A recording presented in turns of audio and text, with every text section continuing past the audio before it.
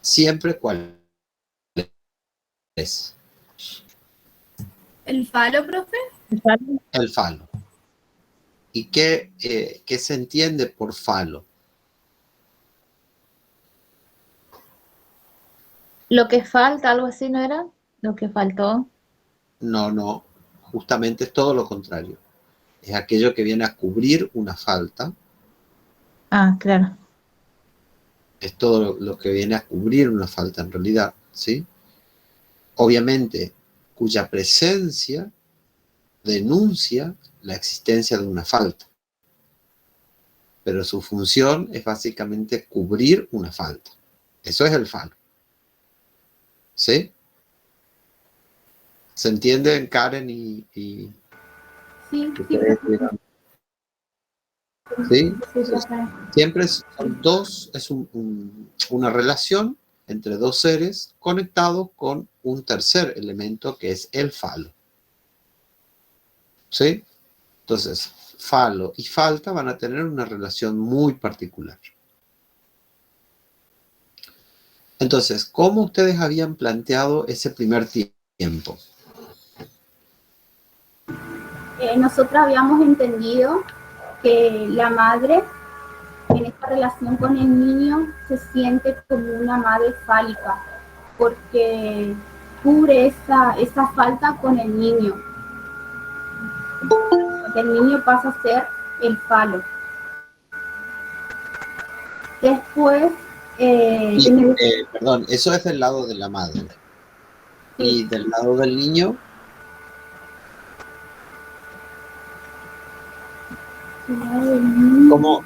¿cómo dijeron ustedes que la madre interpretaba a ese niño?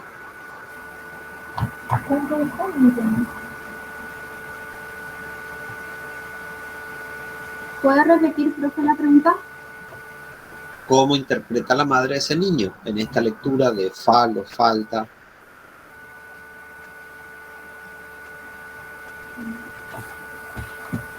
Que el niño es el falo, para la madre el niño es el falo. El niño es el falo. ¿Qué Es como significa? un objeto. No es un objeto, es un Es la representante. completud. Es el representante de una falta. La completa ella, pero es representante de una falta. ¿Qué quiere decir eso? Que el niño es el falo. ¿Qué le recuerda a ese niño?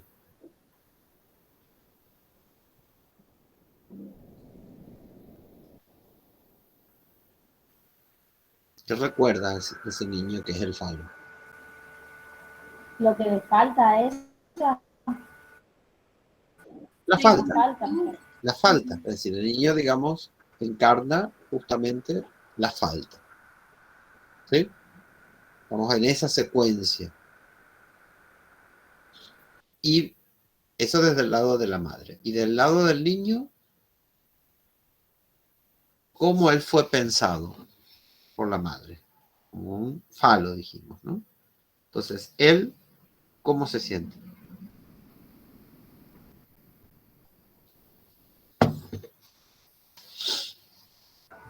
Él se siente completo, siente que es la felicidad de la madre. Claro, él es el falo.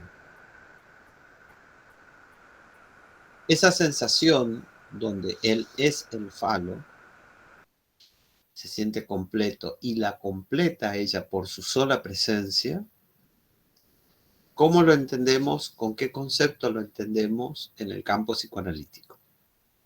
¿Cuál es el concepto que representa eso que están planteando ustedes ahora? Esa sensación de que él es completo, de que él no le falta nada y de que además ella está contenta porque él está ahí, porque él le completa la falta a esa señora. ¿Cómo se llama ese concepto? Y el estado que deviene de esa situación. Tiene que ver con el narcisismo. Exacto. Eso es el narcisismo. Eso es el narcisismo. Entonces, eso es el primer tiempo. Después dice que aparece un segundo tiempo donde hay un colapso narcisista. Así dijeron. ¿Sí? Es decir, su posición como falo que completa a la madre le es quitado, le es peleado. ¿Por quién? Por el padre. Por el padre. No, ustedes dijeron, no por el padre. ¿Qué dijeron ustedes? Hoy cuando leyeron. ¿Quién provoca ese colapso narcisista?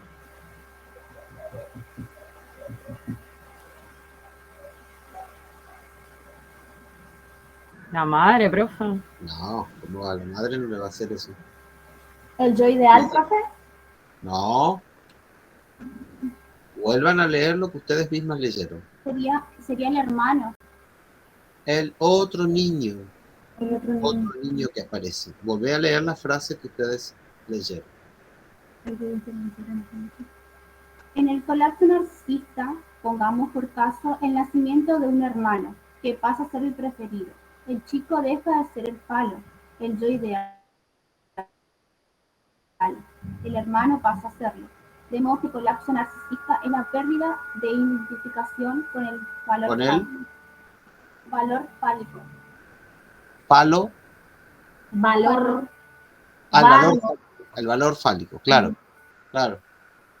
Entonces, ahí el colapso narcisista que ustedes están planteando tiene que ver justamente por la pérdida de esta posición tan privilegiada que tenía hasta ese momento. ¿Por qué? Porque aparece otro foco de interés de la madre, como por ejemplo puede ser un hermanito, ¿sí? O como puede ser algún otro niño que aparezca, ¿sí? O algún hermano competitivo que empieza a mostrar más habilidades, ¿sí? Entonces, eso provoca un colapso narcisista. Y así se prepara el terreno para lo que sería segundo estadio dentro del periodo edípico, ¿no? El primero era él es el falo. Y en el segundo, ¿cómo se podría formular? Él, ¿con qué verbo?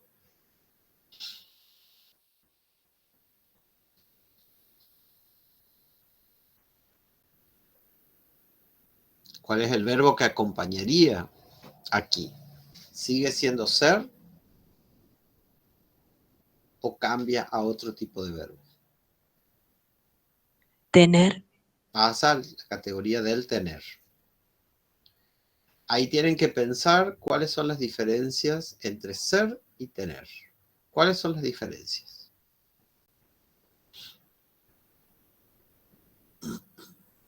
En ese caso, profe, sería en el padre, o sea, el conflicto entre el ser y el tener.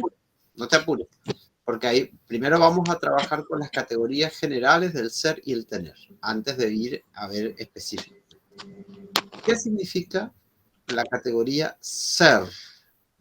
¿Y qué significa la categoría verbal tener? Para entender de qué estamos hablando. Porque si no se apresuran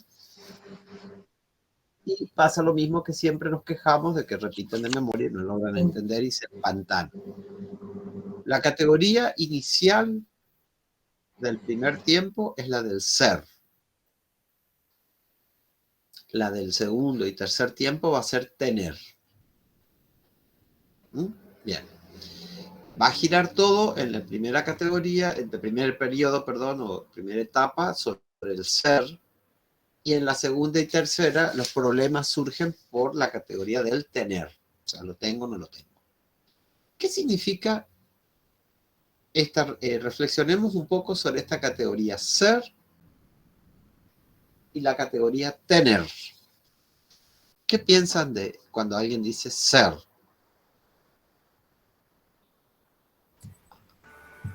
Es alguna característica que tiene una persona, algo interno que tiene.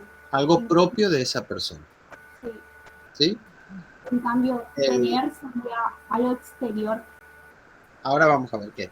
O sea, el ser es una categoría interna, central, específica de una persona o de algún elemento que estemos definiendo. En este caso estamos hablando de persona. Cuya ausencia, ¿qué implica? Si es central para esa persona. La ausencia del ser, de ese elemento que es central, ¿qué implica?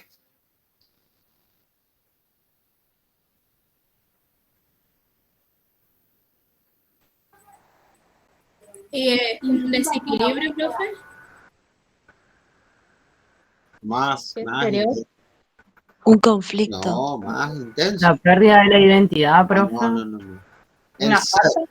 si está la muerte, Una falta. la muerte. La muerte. Es decir, si estamos pensando en la categoría ser y estamos diciendo que es una propiedad esencial de un sujeto, si le quitamos ese elemento que le da la categoría ser, se muere. No hay otra opción. No hay otra opción.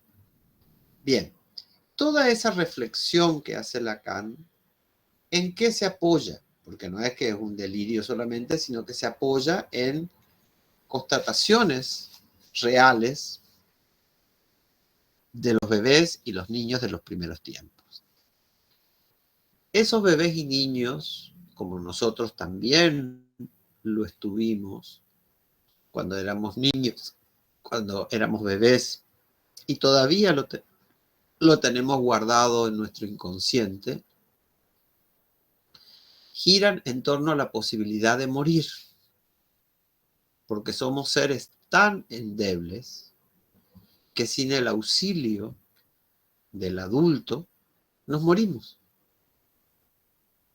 Es decir, son categorías que tienen una razón de ser en la existencia material de un sujeto. Entonces, en esos primeros tiempos de la existencia, si el adulto no acude a darle los cuidados que corresponde, se muere. Entonces, la subjetividad en esos primeros tiempos gira alrededor de mantener la vida o perderla. Por eso es que de ahí deviene el yo ideal. El yo ideal es una cosa de vida o muerte. Por eso también es muy aplastante cuando se desarrolla y no se le pone un freno. Es decir, cuando eso sigue creciendo y creciendo, se vuelve muy aplastante. Entonces, estamos trabajando sobre una categoría muy primitiva del ser. Y por supuesto, la algarabía que se tiene, digamos, por estar con vida, no la entendemos nosotros, que ni la pensamos, excepto que nos pase alguna situación que ojalá no nos pase, una situación de peligro donde nuestra vida corre peligro. Si salimos indemnes, una valorización de la vida enorme.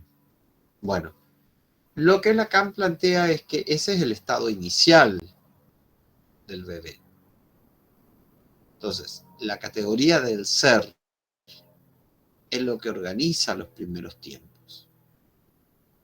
Ser o su contrapartida al no ser, que es la muerte, directamente.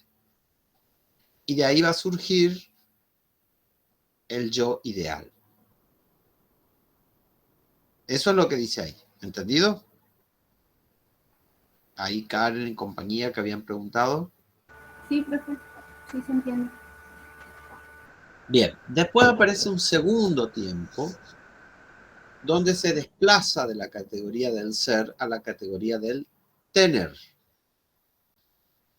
Analicemos un poco la categoría tener y después veamos las implicancias que tiene esto en el desarrollo.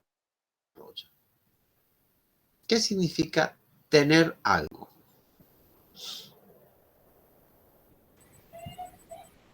Algo propio, poseer algo. Tener algo es un Adquirir, profe. adquirir algo, poseer algo. O sea, estamos hablando de algún elemento que ya no es esencial, sino que es auxiliar. El ser es un elemento esencial. El tener pasa a la categoría de elementos auxiliares. Tengo este vestido, no lo tengo. Tengo esta capacidad, no la tengo. Y así. Pero no define la existencia de la vida o la muerte de una persona, sino que define la posesión o no de determinados atributos de carácter auxiliar. El tener figura en esos términos. ¿Qué ventajas tiene o cuándo se puede empezar a hablar del tener? Cuando se logró una estabilidad psíquica donde ya la vida no corre peligro, donde ya está organizado mínimamente el aparato psíquico y ahí puede empezar la categoría del tener a funcionar. Pero también lo que acá aparece, digamos, es que el tener o el no tener van a ser los atributos que organizan la existencia de la persona. Si ya está garantizado el ser, empieza a aparecer la categoría del tener o no tener como un organizador de la vida. En la lectura de Freud sería tener o no tener pene, por la diferencia anatómica de los sexos. Y en el caso de Lacan, de la lectura lacaniana, sería tener o no tener el falo, sea cual sea el atributo sobre el cual se deposita la representación de la completud. ¿Sí? Entonces, cuando aparece el tener o no tener como posibilidad, ¿qué implica? Un alivio, porque ahí no se está jugando la vida o la muerte, sino que lo que está apareciendo es la posibilidad de tener o no tener, de poder asociarse, si es que logro superar ese dolor de no tener, de poder asociarme con alguien que tenga y poder sacar algún beneficio, etc. ¿Se entiende lo que estamos hablando? A eso se va a corresponder el segundo tiempo del periodo lacaniano y luego el tercero, por supuesto. Pero concretamente vamos al segundo tiempo. ¿Qué les indica ahí? Primero, ustedes hablaron de un colapso narcisista, porque se pasó ya de la categoría de la etapa 1 del ser y entramos a la categoría 2, que es el tener. Apareció un niño que tiene los atributos que yo ya no tengo.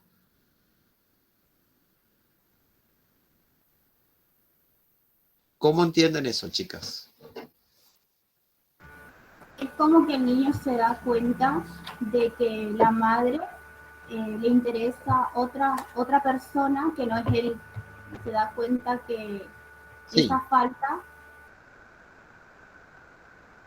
para la madre está en otra cosa A ver, o pero cosa también. no nos olvidemos desde el punto de vista del niño. Ese niño se da cuenta de qué.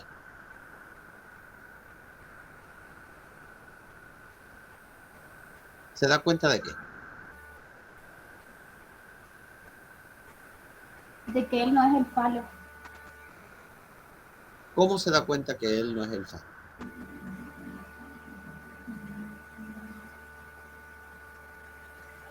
Porque la madre presta atención a otras cosas que ya no son él. Claro, acá dice, ve que está, el niño deja de ser el falo de la madre, ve que ésta prefiere a otro que no es él, porque supone que aquel tendría algo que él no tiene. Exactamente. Entonces, vamos a ver desde el punto de vista del niño. Yo lo que me doy cuenta es que mamá no me mira como antes, ¿sí? Y le mira más a esta cosa que apareció ahora. Bueno, ¿qué tendrá esa cosa que evidentemente yo no tengo para que lo mire más a él y no a mí?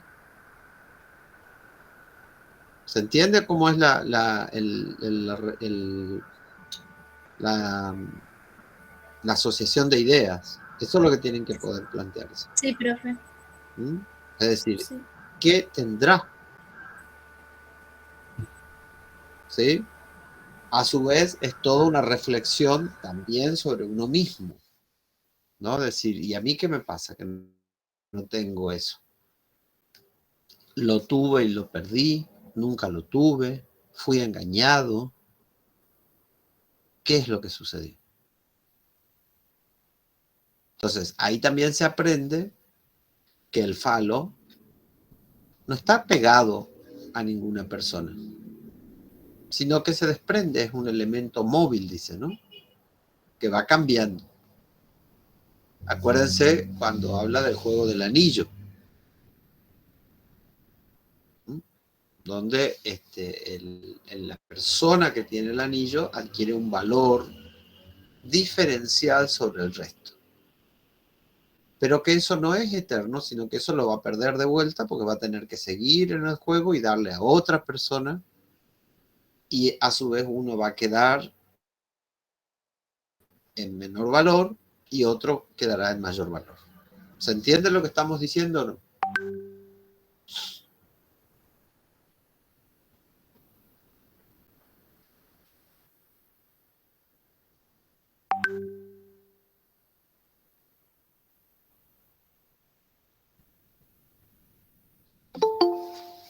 ¿Se entiende o no? Sí, profe. Ok. ¿Eso sería más o menos segundo tiempo o hay algo más del segundo tiempo que les quedó en duda?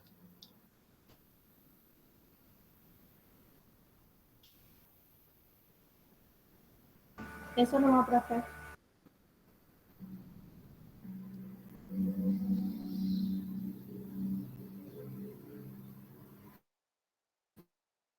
Bien.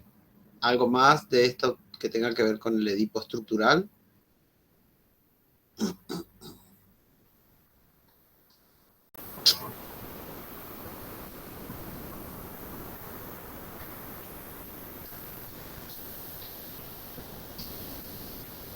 Bien.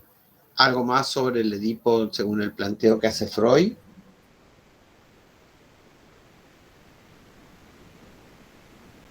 Profe, Sí.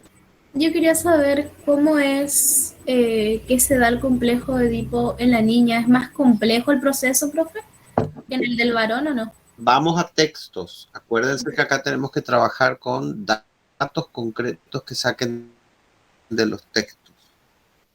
Profe, yo le quería hacer Sí. una pregunta que empieza sobre la introducción del libro de Bleichmark, pero no entendí Sí. bien, que hacía como un aporte sobre la represión y me quedé en la duda si el complejo de Edipo era como el fundante de la represión. ¿Cuál es la parte del libro, Brenda? Vamos a leer del libro, porque si no... Ahí busco.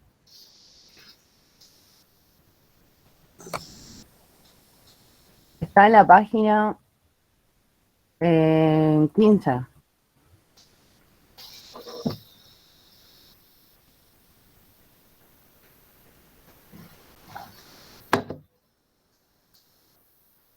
Léelo. Bueno.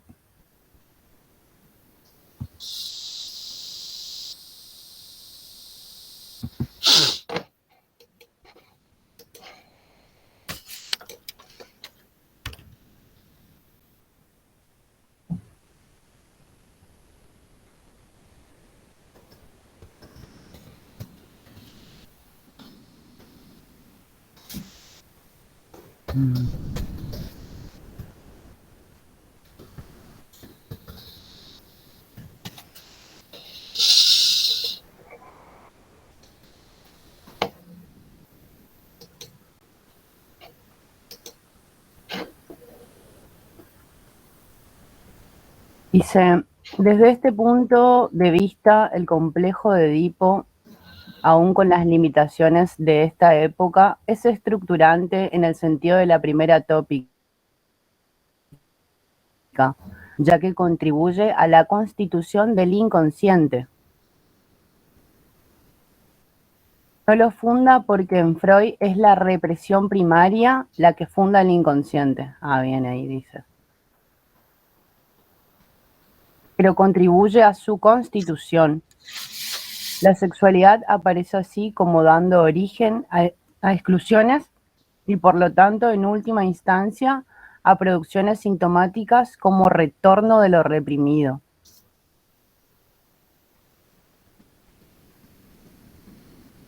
Y ahí termina esa parte. Bien. ¿Y qué entiendes de eso, sí, Brenda? Y entendí como que no es el fundante justamente del inconsciente, pero de ¿Qué alguna cosa, manera... perdón, qué es lo que no es El fundante? complejo de Edipo. Ajá, Pero bien. aún así produce síntomas dentro de lo que es la represión. Perdón, o sea, siempre acordate de hacer la formulación completa, porque puede ser que tengas la idea en tu cabeza y sea correcta o sea incorrecta. No lo sé.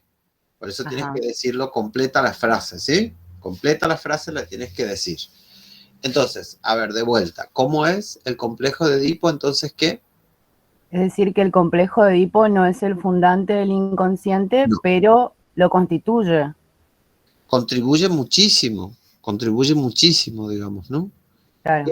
Lo fundante queda claro ahí en ese extracto que vos leíste, que lo que es fundante para el inconsciente es la represión originaria. Ajá.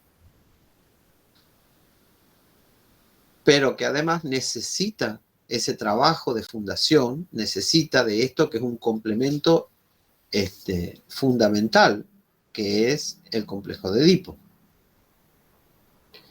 ¿Por qué? Porque si tenemos solamente la represión originaria, nosotros sabemos que se funda el yo, pero no se funda el superyo. Claro. Para que se funda el superyo, necesitamos que se desarrolle y resuelva el complejo de Edipo. Claro, exactamente. Porque por eso se dice, el superyo es heredero del complejo de Edipo. Claro. ¿Mm? Bien, esa nada más era mi duda, gracias. Bueno, perfecto. ¿Qué otra duda tienen?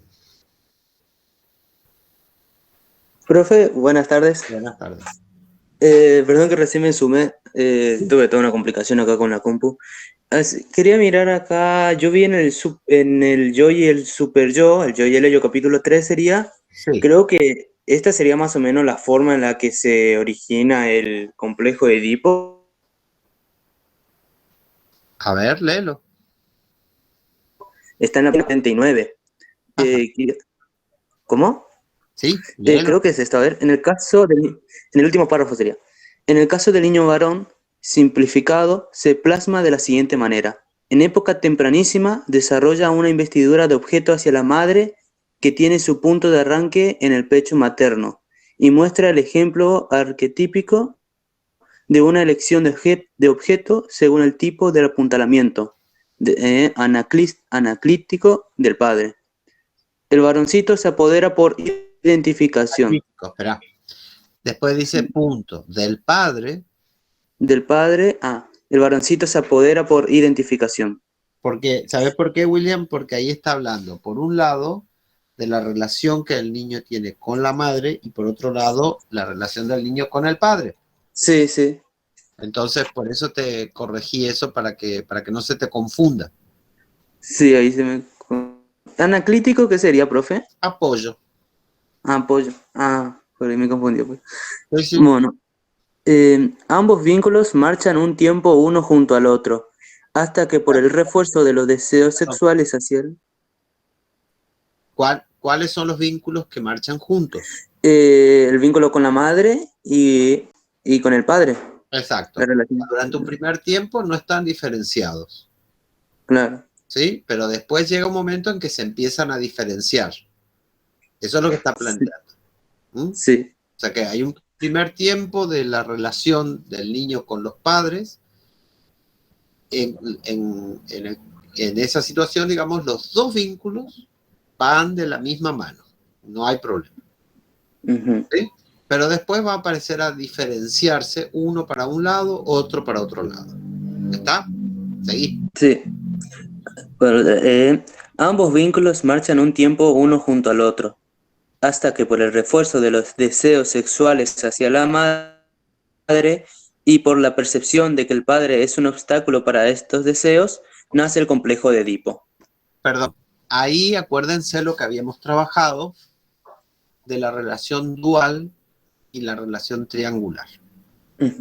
Relación dual no significa dos, sino que no tengo capacidad para albergar más que dos elementos, ¿sí? No puedo pensar en un tercero, aunque yo tenga al mismo tiempo la relación con mi papá y con mi mamá.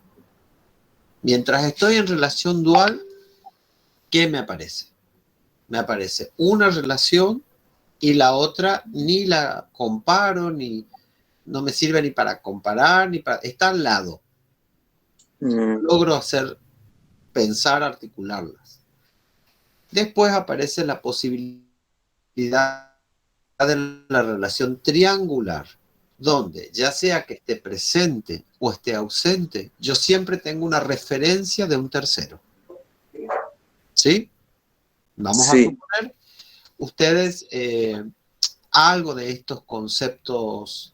Vamos a hacer un poquito autorreferentes para entender nada más o para tratar de entender.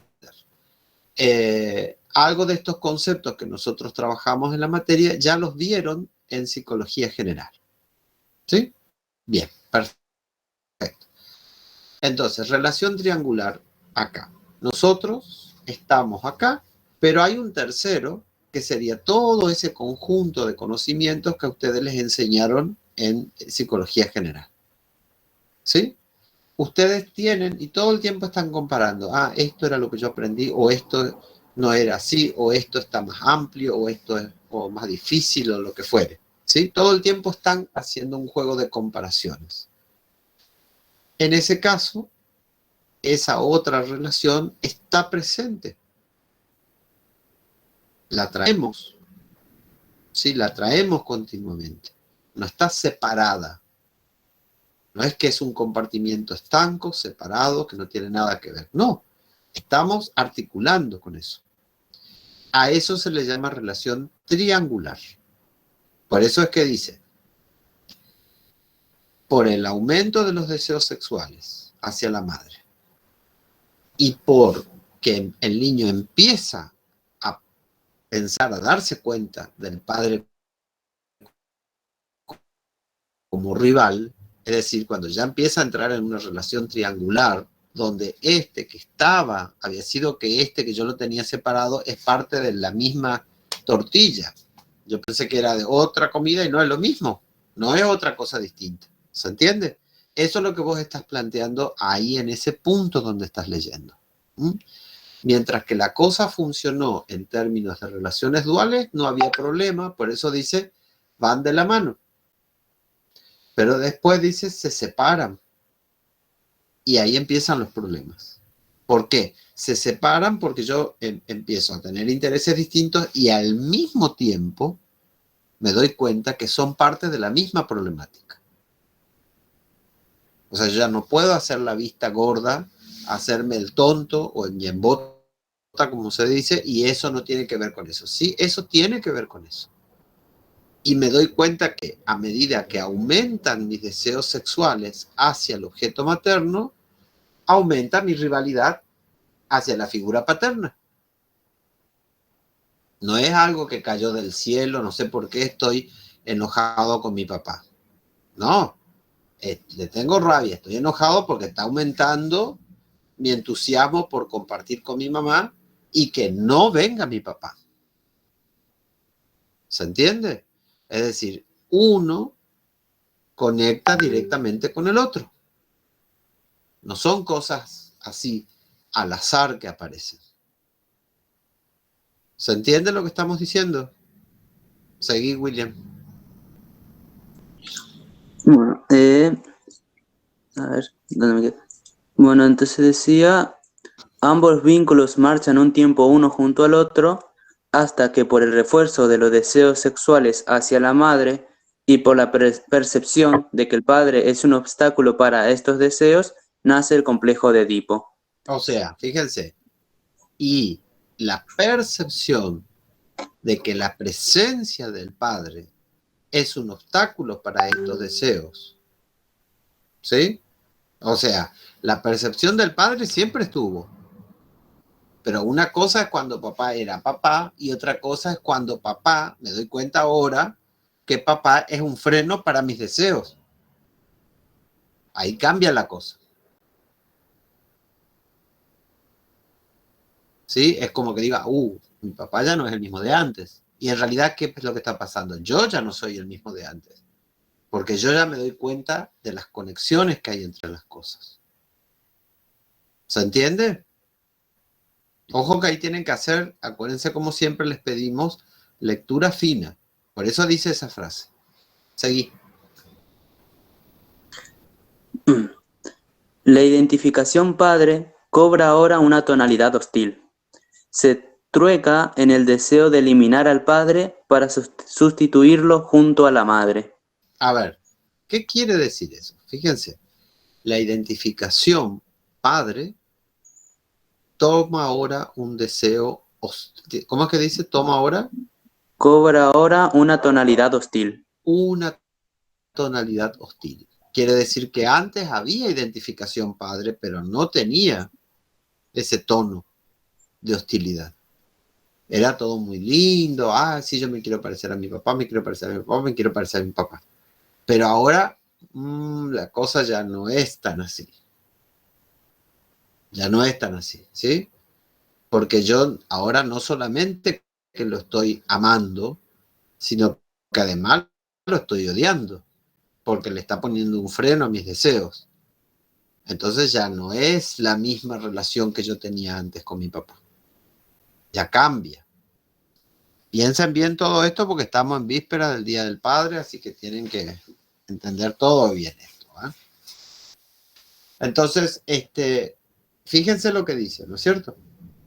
Volví a leer esa frase, William. La identificación. Okay, la identificación padre cobra ahora una tonalidad hostil. Se trueca en el deseo de eliminar al padre para sustituirlo junto a la madre. Fíjense, ¿sí? Antes de esta situación de rivalidad con el padre, ¿había identificación padre? Sí. ¿Era la misma que ahora? No. Tenía otro tono emocional. Era todo amor, todo fantástico, me quiero parecer a mi papá, que esto, que lo otro, tú. Pero ahora ya tiene otra tonalidad. La tonalidad ligada a la rivalidad. ¿Se entiende? Cambia. Esto es lo importante, cambia. O sea, es el propio sujeto el que cambia. Repito, es el propio sujeto. ¿Por qué cambia? Por eso que decíamos antes, la percepción del padre ha cambiado. Porque ya ahora nos damos cuenta de que ¿por qué estoy tan hostil con mi papá? ¿De dónde viene este ataque que me dio de hostilidad? Bueno, ahí es donde empiezo a conectar. Que aumentan mis deseos sexuales y aumenta mi hostilidad. Es decir, una cosa impacta en la otra. ¿Quién cambió? ¿Cambió mi papá? No, cambié yo. Yo soy el que cambié. Antes, ¿qué decíamos? Vamos a volver un poquito hacia atrás, hacia la relación con la madre. ¿Qué leíste, William? La relación con la madre. Sí. Bueno, que eterno. También, ojo, también la relación con la madre va a cambiar, ¿eh? Ahora vamos a ver qué. En eso que leyó William vamos a descubrir cómo cambia la relación que tiene ese niño con la madre en estos dos tiempos. Leo otra vez entonces. Sí. La tempranísima desarrolla una investidura de objeto hacia la madre, que tiene su punto de arranque en el pecho materno. Espera, tiene su punto de arranque en el pecho materno. ¿Sí? ¿Qué es lo primero con lo que se relaciona? ¿Con qué dice ahí? Con el pecho de la madre. Con el pecho materno. Ujú. Y después dice que eso va a cambiar a ser ¿qué? Una identificación. Primaria. No, ahí no A cambias ver.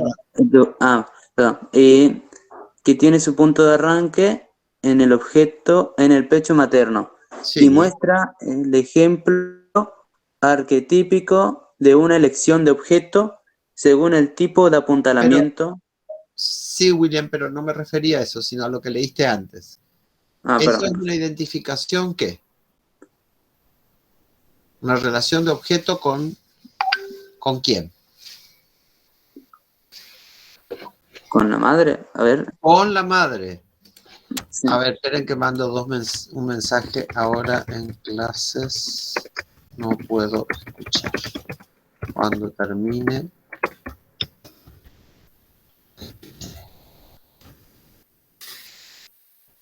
Gracias.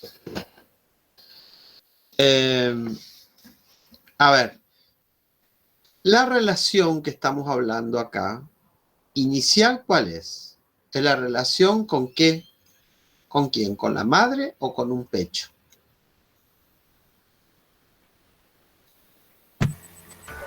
Con Con el un pecho. profe. Con un pecho, Con el pecho. con el pecho materno. Después esa relación cambia por una relación con la madre, que no es lo mismo. Una cosa es la relación pecho y otra cosa es la relación madre. ¿Sí?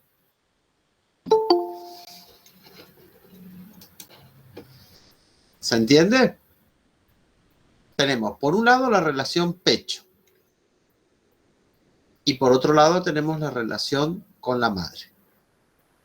Relación con el pecho materno, relación con la madre. Donde el pecho materno va a ser una parte de la madre, porque la madre es mucho más grande que el pecho materno. ¿Sí?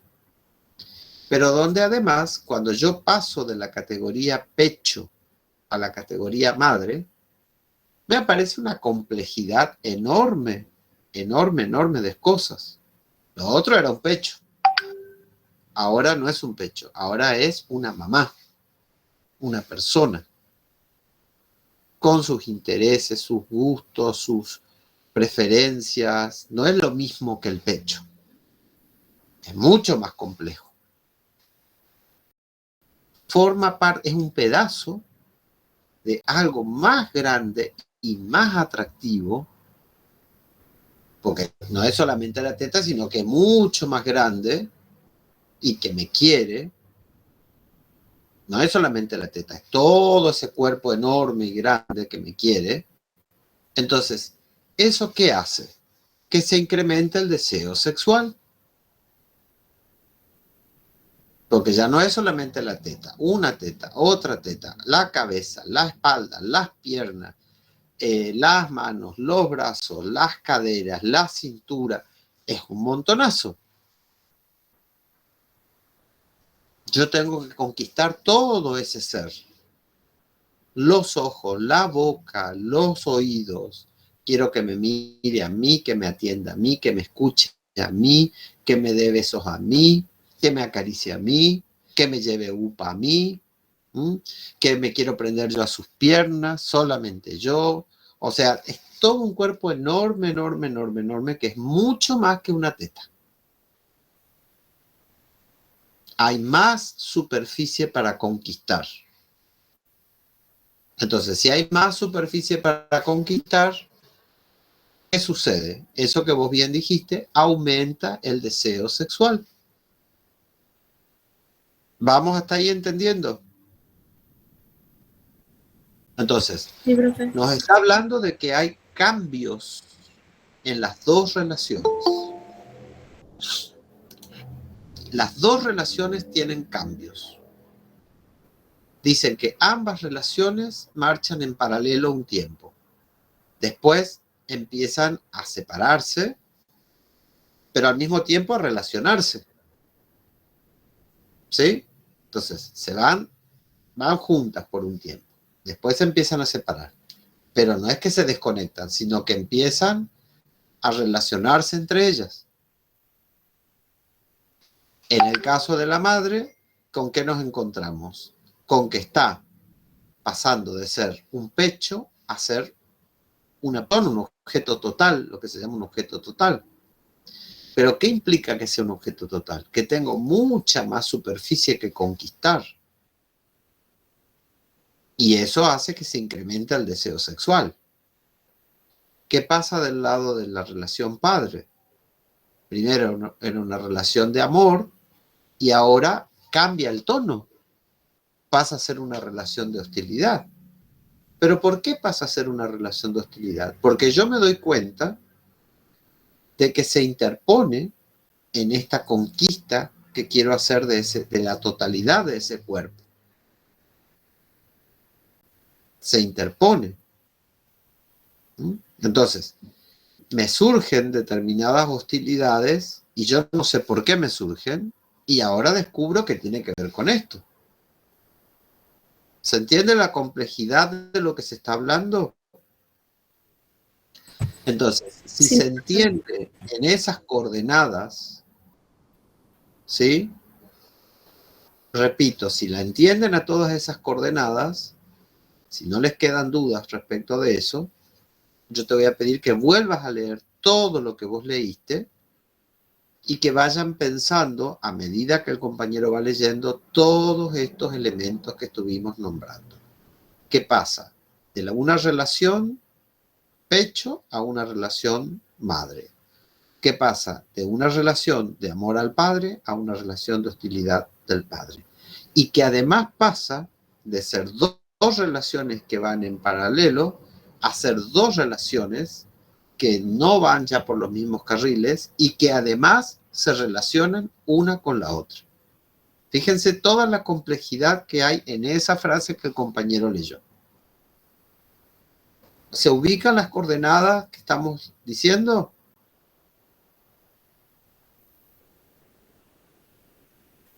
Sí, profe.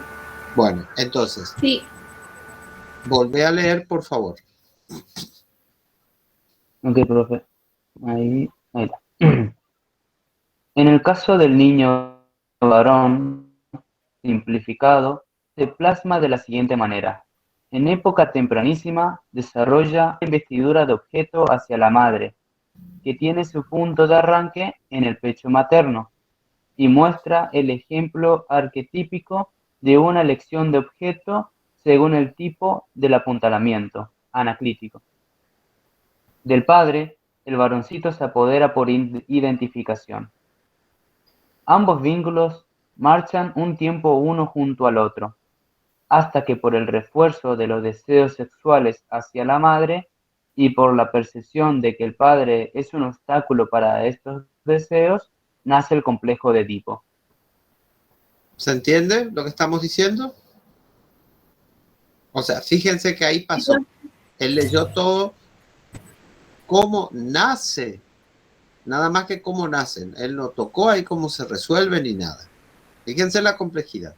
Todo eso pasa para que nazca el complejo de Edipo. Y además, él bien leyó al principio que dice, en el caso del varoncito, vamos al ejemplo simplificado, o sea, el Edipo positivo, que acuérdense que es una simplificación, porque en realidad dice la mayoría son todos Edipos completos, o sea que estamos trabajando nada más que lo simplificado. Entonces, todas esas condiciones, esas coordenadas, mejor dicho, que el compañero leyó, son todas las coordenadas necesarias para que comience el complejo de Edipo. ¿Sí? A ver, Karen y compañía, explíquenme la relación niño-madre, según esto que estuvimos leyendo.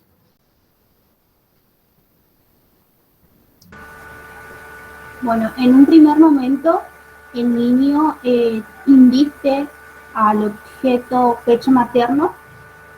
Eso es en un primer momento.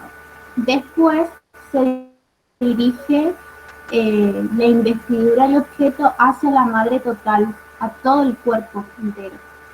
Y lo que trata de hacer el niño es conquistar ese cuerpo. Por lo tanto, se incrementa la atracción sexual y, no me acuerdo otra palabra que había dicho usted, que se incrementa, a la par que se va incrementando. Espera, solamente lo de la relación el niño con la madre. Vamos para no mezclar. Entonces, acá es importante que ustedes entiendan el punto de partida, que es la relación niño-pecho, y luego el desplazamiento que se hace niño-madre. ¿Sí? O sea, la madre deja de quedar reducida al pecho y se vuelve mucho más compleja, ¿sí? Porque, bueno, ya es todo un cuerpo, ya tiene una inteligencia, ya tiene otras cosas. Entonces, si mi mamá es una intelectual, bueno, y yo quiero que me atienda, tengo que ser un intelectual. ¿Se entiende? Sí. Si a mi mamá le gusta, qué sé yo, cocinar y es muy sensorial en su vida, y bueno, yo también voy a buscar eso porque me interesa eso. Me interesa, digamos, captar su atención.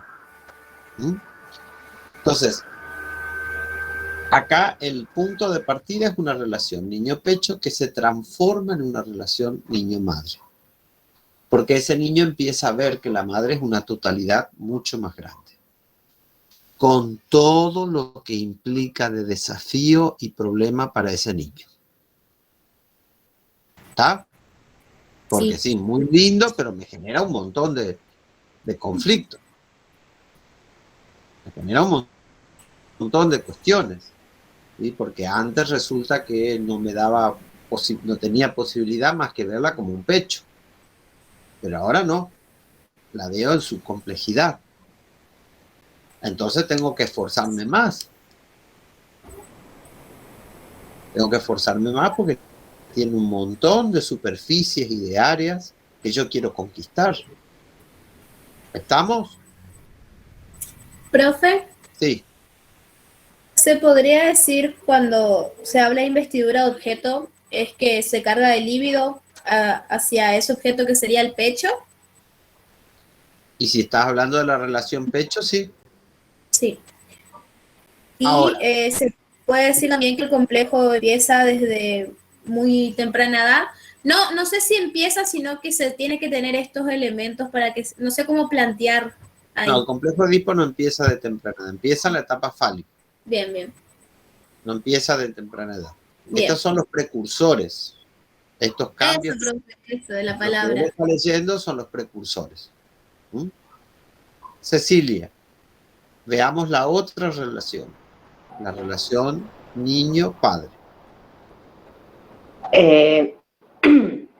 Bueno, primero esto que decían las compañeras, que va a ser la relación con el pecho, después que va a haber la del padre, la totalidad con la madre. La del padre. Sí, por eso, y después se va a ver... Pero vos no hables de lo que ellas... No, para. Vos no hables de lo que ellas hablaron, ya está. Ya quedó clarito, se entiende lo que ellas dijeron. Yo te pido que vos focalices y cuentes la relación niño-padre. En la relación niño-padre se va a dar un desplazamiento hacia el padre, donde va a haber amor y odio hacia ese padre, ya que el psiquismo también se vuelve más complejo de este niño. Espera. Pero ¿cuál es la secuencia inicial? Y después vamos al cambio. No te apures. Primero el padre es visto como un ideal, como este alguien que el niño quiere ser. Y entonces, después... ¿en ese caso qué es? ¿Un objeto de qué? Y un objeto de amor en un principio. Un objeto de amor. Un objeto de amor. O sea, la primer modalidad de la relación del niño con el padre es una relación de amor. De amor. De amor. En un segundo momento de que el padre va a pasar a ser un rival. Pero la relación sigue siendo la misma, solamente que el niño tiene un psiquismo más complejo. Entonces, a partir de esta... ¿Qué quiere decir con que la relación sigue siendo la misma? Que, por ejemplo, en su cotidianidad se sigue relacionando de la misma manera. Pero ¿qué pasa? Al leer al niño, tenerlo a la madre como en este momento objeto de amor, es donde lo ve al padre como un rival. ¿Y por qué sigue siendo la misma? porque el padre sigue siendo el mismo, solamente que el niño lo ve de una manera diferente, Pero al vos, ser cada vez más a ver, complejo. vos ubicate desde dónde estás explicando, ¿desde el adulto o desde el niño? Desde el niño. Desde el niño. Entonces no es la misma relación. Ah, claro, claro. O sea, a ver, vos ubicate que estás queriendo explicar lo que le sucede al niño, las transformaciones que le suceden a ese niño. Claro, por eso, el padre primero es visto como un objeto de amor. Como un objeto de amor. Después deja de ser un objeto de amor. Y va a pasar a ser Ya no es la misma relación, ya somos dos desconocidos, yo ahora te odio, tengo hostilidad con vos y además tengo miedo de que vos me castigues por lo que estoy deseando. Ya no es la misma relación. No es la misma.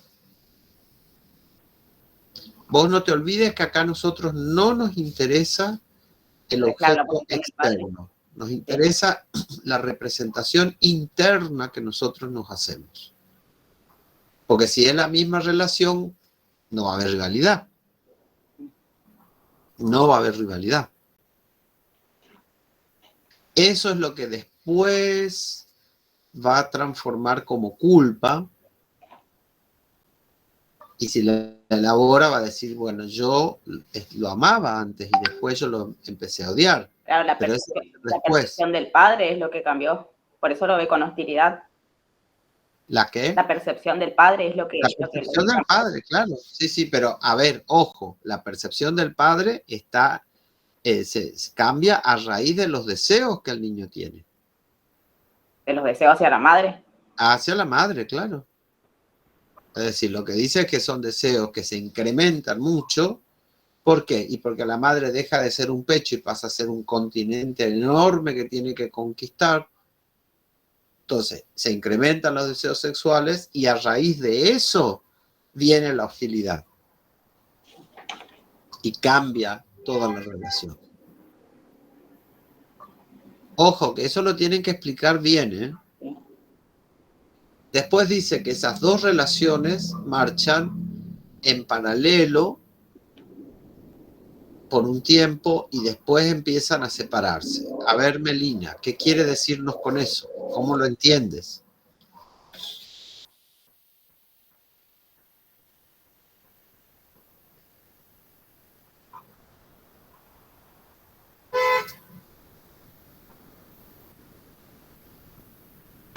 ¿Cómo dijo, profe? No entendí la pregunta. La relación madre-padre, el primer tiempo marcha paralelo y después empieza a separarse. ¿Qué quiere decir con eso? Bueno, por la modificación que ocurre en el vínculo entre el niño y la madre y en el vínculo entre el niño y el padre. ¿Pero qué quiere decir que marchan juntas? ¿Por qué marchan juntas en el primer tiempo? Porque los padres son vistos de cierta manera por el niño, pero después, ¿cuál es esa manera? Como figuras idealizadas. ¿Qué quiere decir figuras idealizadas? En la teoría psicoanalítica de Freud. Que son figuras que tienen poder, que son, por ejemplo... No. Acá lo central es, para Freud, que ya lo vimos en el texto, en uno de los textos anteriores, creo que en el Yo y el Ello aparece, en una notita al pie de página, los padres no se diferencian en padre y madre. Se habla los padres. Se habla de progenitores. No hay diferencia de sexos. Por eso pueden mantenerse las dos relaciones en paralelo, porque no hay diferencia de sexos. Cuando aparece la diferencia de sexos, es donde empiezan los caminos a separarse. Y padre y madre ya son dos cosas distintas. Anteriormente a eso iban de la mano porque no existía la categoría padre y madre, sino que existía la categoría padres. Eso lo tienen que recordar bien. Eso está en el Yo y el Ello, en una notita al pie de página. Si la encuentran, rescátenla. Si alguien Sí, la profe, está. encuentra, Sí, sí. léelo, por favor, para Sí. recordar. Quizá sería más prudente decir con los progenitores, pues padre y madre no se valoran como diferentes antes de tener noticia cierta sobre la diferencia de los sexos, la Exacto, falta de pene. exacto. Entonces, los progenitores, como dice, ¿sí? Es la categoría que corresponde, digamos, a los primeros tiempos, ¿sí? Antes de la diferencia anatómica de los sexos y de la distribución de categoría madre por un lado y padre por otro lado. Entonces, en esos primeros tiempos, la razón por la cual ustedes van a explicar de que ambas relaciones van en paralelo y no se molestan es porque no existía el reconocimiento de la diferencia anatómica de los sexos, sino que se utiliza la categoría progenitores, como, y ustedes lo explican, como dice Freud en tal parte. ¿Se entiende? Entonces así nadie les jode, porque saben, el que te está escuchando sabe que están hablando con fundamentos. Entonces, esa es la razón por la cual en los primeros tiempos ambas relaciones funcionan sin ningún problema en paralelo. La diferencia anatómica de los sexos hace que esto se separe. Eso es otra cosa que contribuye a la triangulación. Se separa ya por la relación, o sea, que se transforma del niño con la madre, por eso se separa. Y se transforma en hostilidad hacia el padre. No. Acá lo que estamos hablando es que al instalarse la diferencia anatómica de los sexos, ¿qué aparece ahí? Ese es un elemento fundamental para la posibilidad de la relación triangular. ¿Por qué? Porque yo ya digo, no son iguales, son distintos había sido. Entonces, uno va acá, el otro va allá. Y lo segundo que hago es, bueno, ¿y yo? ¿A quién soy parecido? ¿Dónde voy yo? ¿De qué lado estoy? Entonces, ahí es donde aparece la triangulación. ¿Se entiende? Entonces, ¿hacia dónde se dirige mi deseo? Y entonces, bueno, soy igual a mi papá, soy distinto, soy igual a mi mamá, soy distinto. ¿Cómo me tengo que manejar con mi mamá? ¿Cómo me tengo que manejar con mi papá? Ahí aparecen todas esas problemáticas. ¿Se entiende lo que estamos diciendo? Repetimos que todo esto es para explicar cómo se origina el complejo de Edipo. Nada más que para explicar cómo se origina. ¿Está? Sí, profe. Bien. ¿Quedó claro, Brian? ¿O William? No sé cómo. Sí, William, se ve que otra vez entré con el caso de mi hermanito. Sí. Sí, ahí ya con eso claro. ¿Cómo? Con eso sí ya fui entendiendo mejor, o sea, este texto del yo y el ello, yo y super yo sería, como que ahora voy entendiendo mejor también cómo funciona el tema del complejo de Edipo, una parte al menos. Más adelante creo que explica también cómo se va resolviendo en ese mismo texto. Pero ahí me ayudó a explicar cómo se originaba. No sé Bien, si perfecto. sigo leyendo. Acá estamos en cómo se origina. ¿Tenéis identificado en el texto cómo se resuelve? Creo que seguidamente no me aparecía. A ver si continúo un poquito donde me quedé. Bueno, le identifica un padre, cobra ahora una tonalidad hostil, se trueca en el deseo de eliminar al padre para sustituirlo junto a la madre.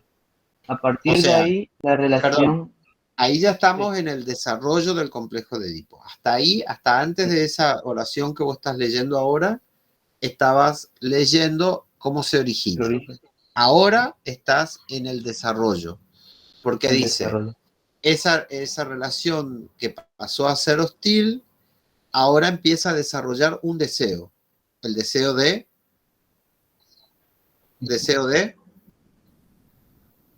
De la madre, profe. De eliminar al padre. Eliminar al padre. Ese es el deseo. Vayan al texto, no le agreguen ustedes de su propia invención ni nada de eso, porque podemos terminar muy mal. Es el deseo de eliminar al padre.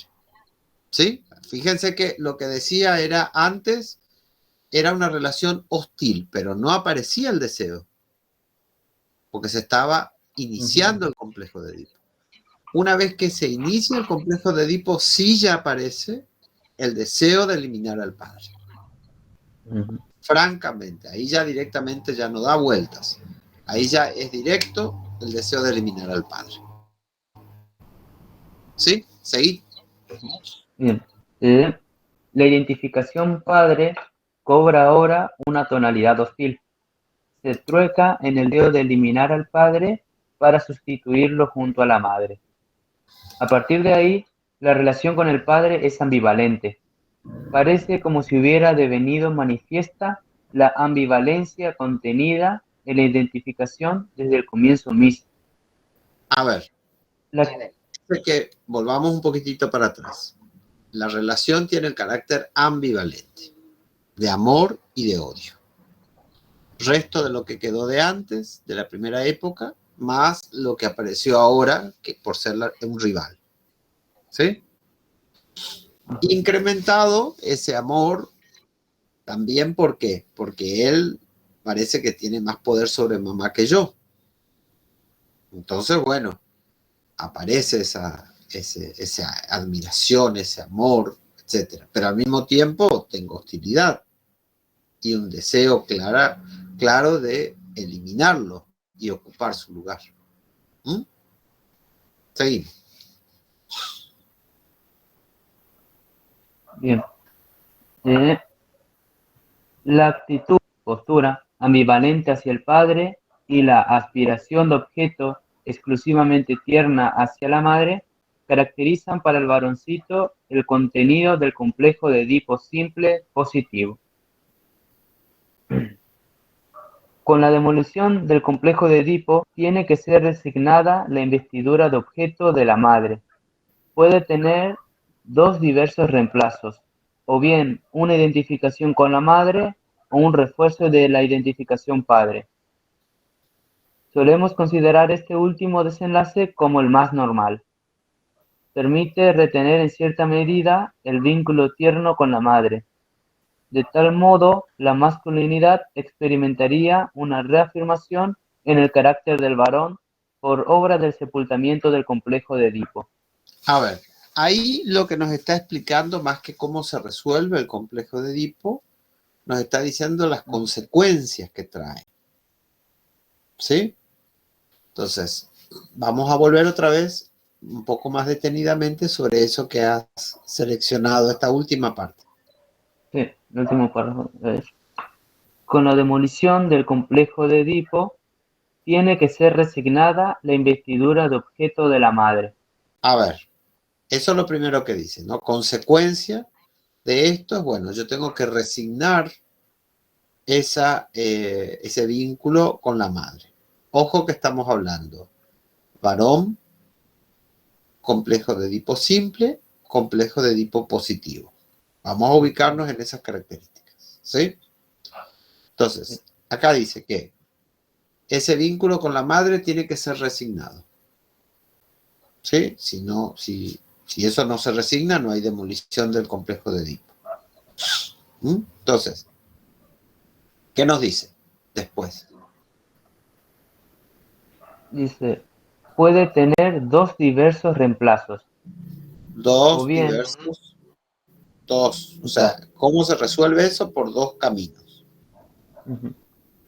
O bien una identificación con la madre o un refuerzo de la identificación padre. A ver, o sea, lo que está diciendo es, el niño hasta ahora, ¿qué vínculo tenía? Hasta ahora, digamos, complejo de Edipo. ¿Qué vínculo tenía con la madre y qué vínculo tenía con el padre? Y con la madre. Y amor hacia la madre. El padre lo odia. Bueno, a ver, con la madre es un vínculo erótico. Sí. Así se expresa. Con el padre es un vínculo... ¿Hostil? No, ese es el tono. Ah. una identificación. La identificación puede ser amorosa, puede ser hostil, puede ser ambivalente. Ese es el tono. ¿Sí? La primera identificación que el niño tenía con el padre era una identificación amorosa.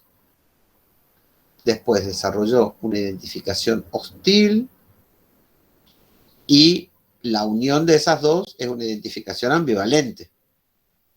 ¿Sí? Pero la relación del niño con el padre es una relación de identificación.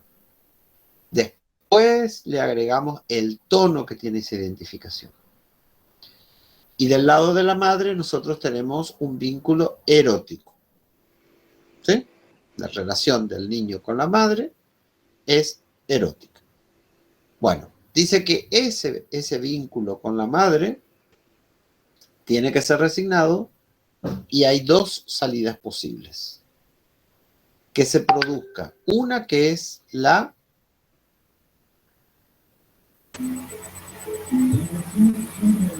identificación con la madre. Bien, la primera que él nombra es la identificación con la madre.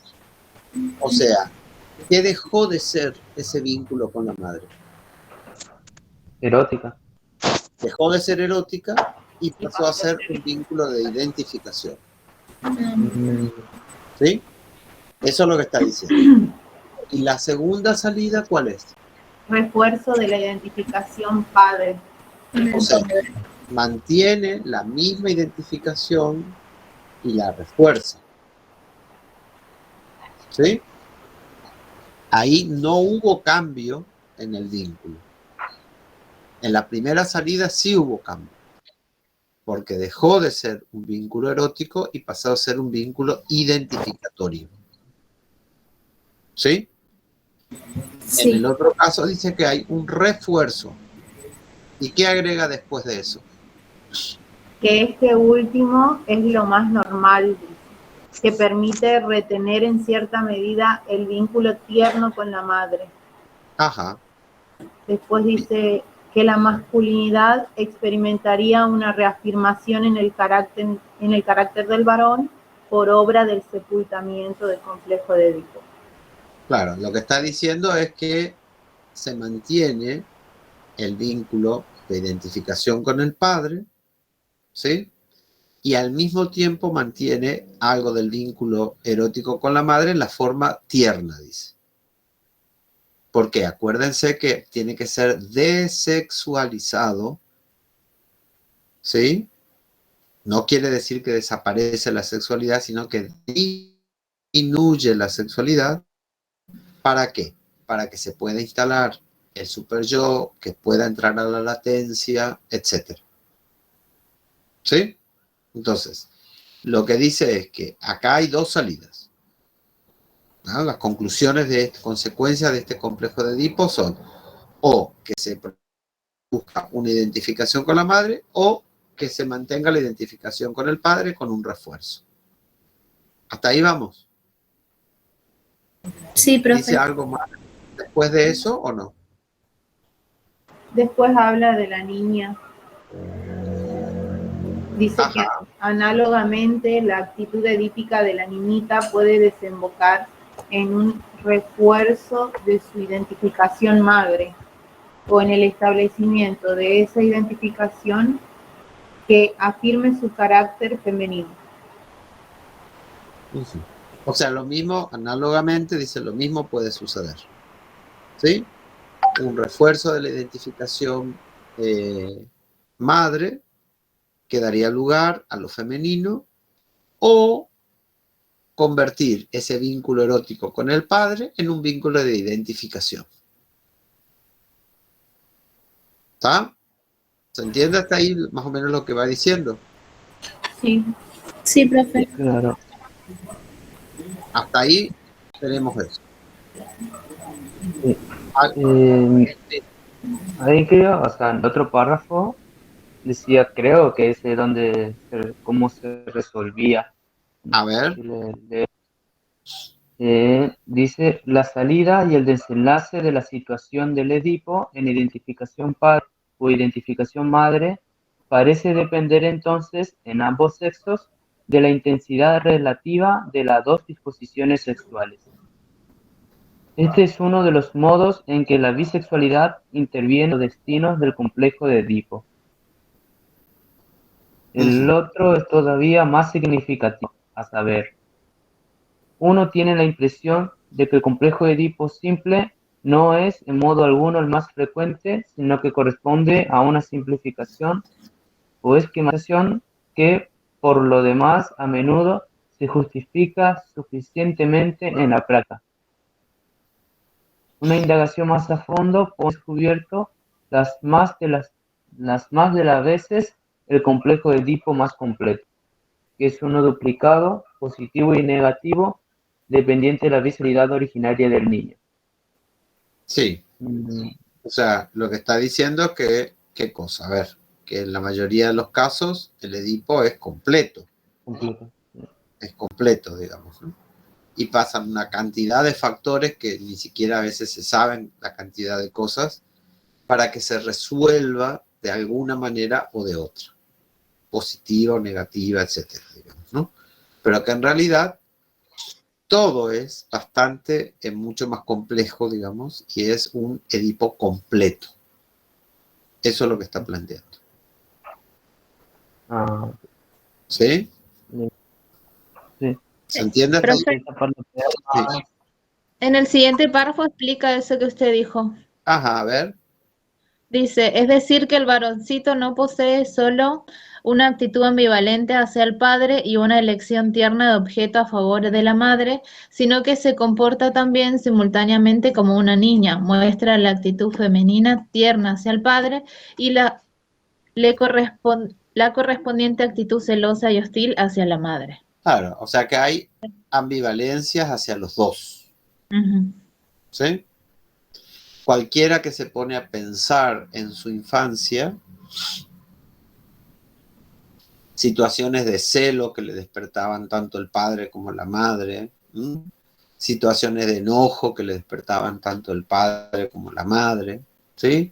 Situaciones de deseos que le despertaban tanto el padre como la madre, ¿sí? O los sustitutos, no importa.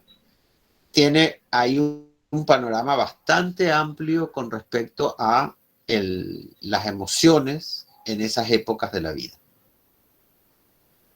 ¿Sí?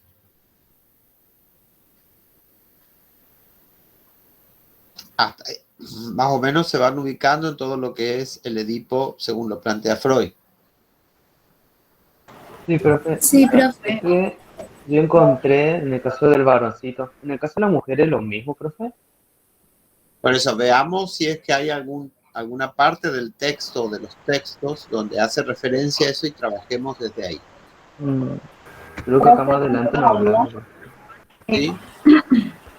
¿Por qué habla de bisexualidad? O sea, no entiendo.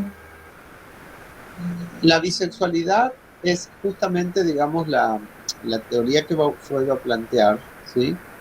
Que las formas, bisexualidad se refiere no a lo que nosotros comúnmente entendemos por bisexualidad, ¿eh? Ojo, lo que él está planteando por bisexualidad es que hay dos sexos y dos formas de obtener placer en los dos sexos, distintas, ¿sí? Y que esas formas de obtener placer no corresponden a cada sexo solamente, sino que nosotros tenemos la capacidad de disfrutar y entretenernos como se disfruta y se entretienen los dos sexos. Por ejemplo, vamos a suponer en el caso de la mujer y su capacidad de ternura inmensa hacia los niños y obtienen placer en eso. ¿Sí? Bien. Esa capacidad también la tiene el varón. No está desarrollada por frenos personales, por frenos culturales, por lo que fuere, pero también la tiene el varón. Vamos al ejemplo contrario. La capacidad que tiene el varón de obtener placer, vamos a suponer, bueno, nos vamos a jugar al fútbol, nos vamos a jugar ¿cómo es que se llama? Al billar y nos entretenemos y nos divertimos, etcétera, etcétera, también la tienen las mujeres. ¿Sí? O sea, son dos formas distintas de encontrar placer. ¿Mm? En el caso de las categorías, digamos, más asociadas a las mujeres, más asociadas a los varones, pero que en realidad todos tenemos esas posibilidades. Entonces, lo que Freud va a decir ahí es que se refiere a las formas de obtener placer. ¿Sí? Eso es la bisexualidad. ¿Sí? No tiene que ver con lo que nosotros comúnmente entendemos por bisexualidad, que es otra cosa, distinta. En términos psicoanalíticos, la bisexualidad se refiere a las formas de obtener placer, ¿sí? Que tienen que ver con, por ejemplo, el placer que obtiene el hombre cuando, bueno, ¡pum!, se pone firme y embiste contra algo, etcétera, etcétera. También la tiene la mujer. También la tiene. Entonces, lo que va a decir es que las categorías de la femineidad y de la masculinidad y sus formas de obtener placer están presentes tanto en varones como en mujeres. O sea, la masculinidad y la femineidad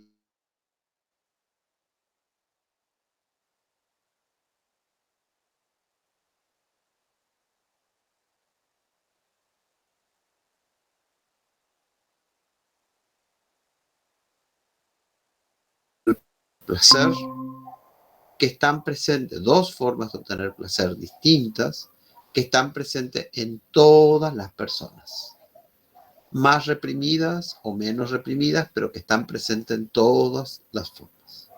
Por ejemplo, como les decía recién, una característica que se asocia a la masculinidad, que puede estar presente o no en el hombre, puede estar reprimida, es esta capacidad de producir cortes. ¿Mm? Bueno, basta, listo, déjense de joder. Basta, ¿no? No pierdan tiempo. Listo. Que a veces la dan vueltas y el hombre, chum, tiene esa. ¿Eh? Bueno, esa es una categoría del placer ligada a la masculinidad. Pero no significa que todos los hombres lo tengan. Que todos los hombres lo tengan en igual medida y que las mujeres no lo tengan. Freud lo que va a plantear es que ese elemento de obtención de placer está presente tanto en hombres como en mujeres.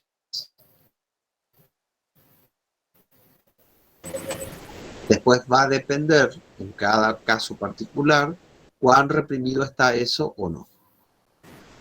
La categoría de la fe está presente también en hombres como en mujeres.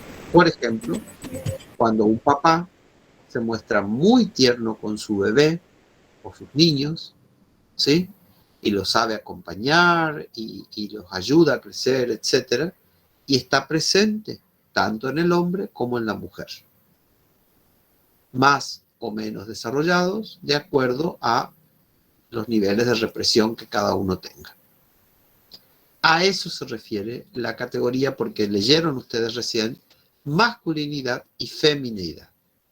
¿Sí? Repito, masculinidad y femineidad no tienen nada que ver con masculino y femenino, ni con hombre o mujer, ni con macho, hembra. ¿Eso tiene nada que ver con los roles que cumple cada uno que la sociedad le da? No. Esas son otras cosas. Bien. Esos son roles sociales. Está bien, profe. Me quedó más claro ahora con la explicación que dio. Yo más o menos entendía por ese lado de que tenía que ver con, no estaba referido a masculino y femenino, pero no sabía muy bien cómo entenderlo. O sea, acuérdense que la categoría que se utiliza cuando se habla de la bisexualidad constitucional de los seres humanos es la masculinidad y la femineidad, que se refiere no a sexo, no a género, sino se refiere a formas de obtener placer. En un caso cerrando, en otro caso abriendo. La femineidad, por ejemplo, tiene esa tendencia a abrir, por ejemplo, para albergar al bebé y tenerlo, ¿sí? En el caso de la masculinidad, esa cosa de producir cortes, cerrar. Las dos son necesarias. Porque si yo varón, no tengo desarrollado ese aspecto de la feminidad, ¿y cómo me voy a entender con mi pareja? ¿Cómo voy a poder ser un buen padre, afectuoso con mis hijos? Y a su vez, la categoría de la masculinidad, con esa posibilidad de poner límites, es necesario que esté presente en la mujer. Porque si no, se enrieda en la vida de una manera increíble. Entonces, por ejemplo, en el caso vamos a ir a un ejemplo del neurótico obsesivo varón, es un varón, pero que tiene problemas con la masculinidad. ¿En qué sentido? En que le cuesta poner límites, producir ese efecto de corte. ¿Se entiende? No tiene nada que ver con ser varón, ser mujer, ser macho, ser hembra. No tiene nada que ver con eso.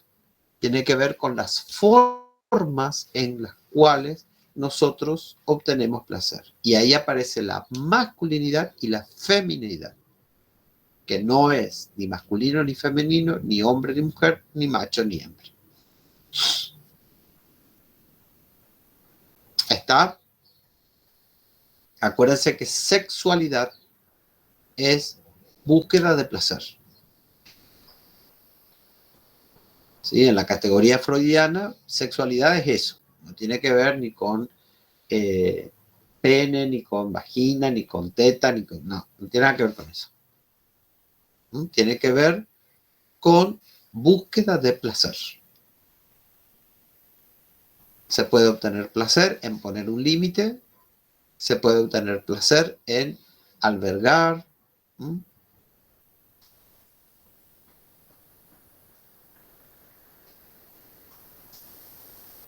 ¿Está? Entonces, por ejemplo, Sí, profe. la capacidad de crear es una capacidad ligada a qué categoría, a la feminidad o a la masculinidad. Femenidad, profe. A la feminidad. A la feminidad. Que tiene que estar presente, reprimida o no, pero está presente en los varones y en las mujeres.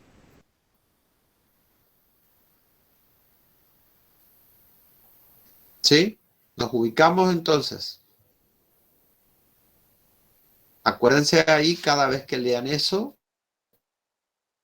que se está hablando acá de masculinidad y feminidad, que no tiene que ver con masculino femenino, no tiene que ver con macho hembra, no tiene que ver con hombre mujer, ¿no? Sino que son dos formas de obtener placer que están presentes en todos los seres humanos. En algunos casos más reprimidos y en otros casos menos reprimidos. La mujer puede ser una persona pasiva o una persona activa. Cuando está en posición de mujer pasiva, que todo decide el marido, que ella no puede decidir nada, ¿qué decimos nosotros de su masculinidad? Que está casi, o sea, que no está presente.